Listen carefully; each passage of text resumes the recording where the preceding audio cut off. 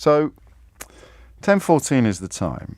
I would like to ask what he's done wrong.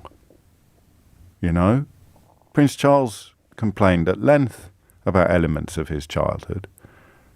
Prince Harry has complained very consciously and warmly about elements of his childhood. He's expressing sympathy for the environments in which his dad and he were raised, and even his granddad, his grandma, I think. And why does it upset people so much? And I am going to run the risk of insulting you slightly when I say, when people tell you to get upset, when a headline appears with the words, "Just how low can Harry go? How Prince broadcast his pain yet again," in Mental Health Awareness Week. That seems incredible. We're going to take a minute at 10:59 to mark the fact that it's Mental Health Awareness Week while living in a country in which the best-selling newspaper goes after a man who's done more to talk about the importance of mental health than arguably anybody else alive at the moment.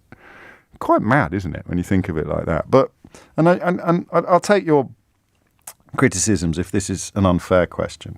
When you're told by someone in the media, in this case the Daily Mail, just how low can Harry go, and you find yourself getting cross or getting a bit upset or disapproving, or I'll find some text and tweets shortly to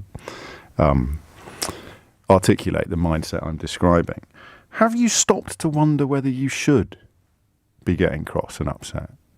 Or are you responding like Pavlov's dog to some sort of stimulus, like a knee-jerk reaction, like someone's just hit your knee with a little hammer? Oh, there it goes. How low can you go? Down with Prince Harry and that dreadful wife of his. Why? What is the problem you've got here? And that's the question. If I've described you, I'd love you to ring in. I think in the spirit of what Harry's trying to achieve, I couldn't get cross with you. I'd have to just listen and question.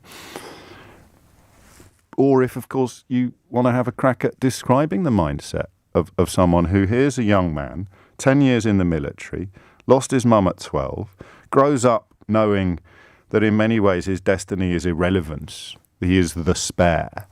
Determined to find a role for himself, determined to find some sort of meaning in life, falls in love with a woman who helps him find it. And rather than being a latter-day fairy story, somehow they end up being demonized. Why?